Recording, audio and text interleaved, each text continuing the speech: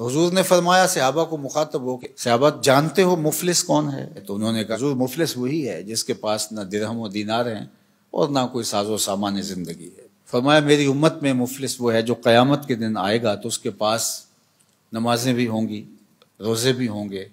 زکوٰۃ ادا کی ہوئی اس کا ثواب بھی اس کے پاس ہوگا، یعنی اس کے پاس یہ سارے ذخیرے ہوں گے، حج کیا ہوگا،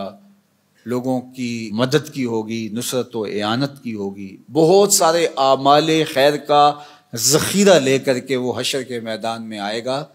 لیکن ساتھ ساتھ اس نے کسی کو گالی دی، کسی کا حق غصب کیا، کسی کا مال دبایا، کسی سے زیادتی کی، کسی پر جور و جبر کیا، کسی پر تہمت لگائی، کسی کو الزام دھرا، تو یہ بھی اس نے ساتھ ساتھ گناہ کیے ہوں گے۔ تو یہ سارے اپنا اپنا حق لینے کے لیے کھڑے ہوں گے۔ اب قیامت کے دن جو سکہ رائج الوقت ہوگا وہ یہ درہم و دینار تو نہیں ہوں گے، وہ اعمال ہی ہوں گے۔ تو اب ان گناہوں کا تاوان دینے کے لیے کیا ہوگا؟ فیوتا ھذا من حسناتہ و ھذا من حسناتہ، کچھ نیکیاں اس کو دے گا، کچھ نیکیاں اس کو دے گا۔ اب نیکیاں کم پڑ گئیں تو جن سے زیادتی کی ہوگی ان کے گناہ اس کے کھاتے میں ڈال دیے جائیں گے، ان کے جرم، ان کی بدکاریاں، ان کے کیے ہوئے اعمال بد اس کے کھاتے میں ڈال دیے جائیں گے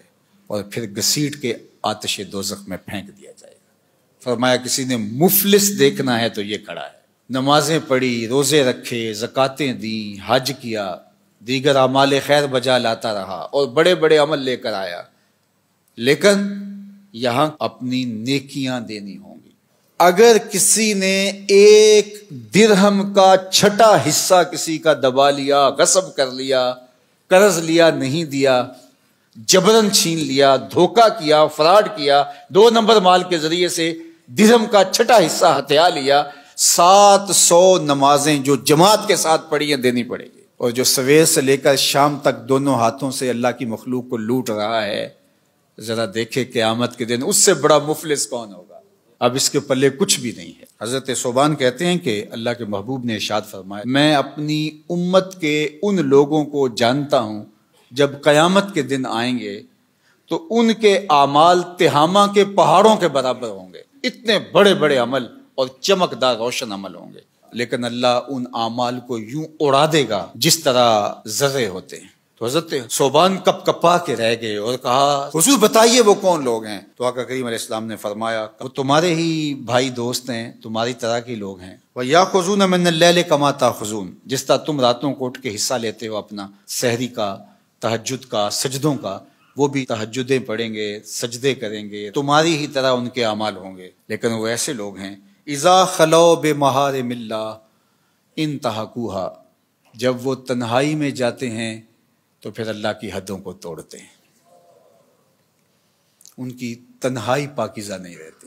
ان کی تنہائی ناپاک ہو جاتی ہے، تنہائی میں اپنے آپ پر قابو نہیں رکھ پاتے اور اپنے آپ کو برباد کر بیٹھتے ہیں۔ اللہ اکبر! آج کی تاریخ میں اور آپ یہ موبائل کا جو فتنہ ہے، سوشل میڈیا کا فتنہ، اس حوالے سے اپنی تنہائیوں کی پاکیزگی کا سامان کریں۔ یہ ایک ایسا فتنہ اس دور میں ہماری نوجوان نسل کے ہاتھوں میں آ گیا ہے کہ جس نے ان کی تنہائیوں کو پاکیزہ نہیں رہنے دیا، بلکہ اقبال نے تو کہا کہ نوجوان تو نوجوان رہے، از حیا بیگانہ پیرانے کہن، اس قوم کے بوڑھے بھی حیا کے جوہر سے خالی ہو گئے ہیں، تو پھر نوجوان کی کیا حالت ہوگی؟ اب یہ عمل، یہ ساری محنتیں، یہ تراویح، یہ تہجد، یہ سجدے، یہ رکوع، یہ قیام، یہ اعمال خیر، یہ صدقات،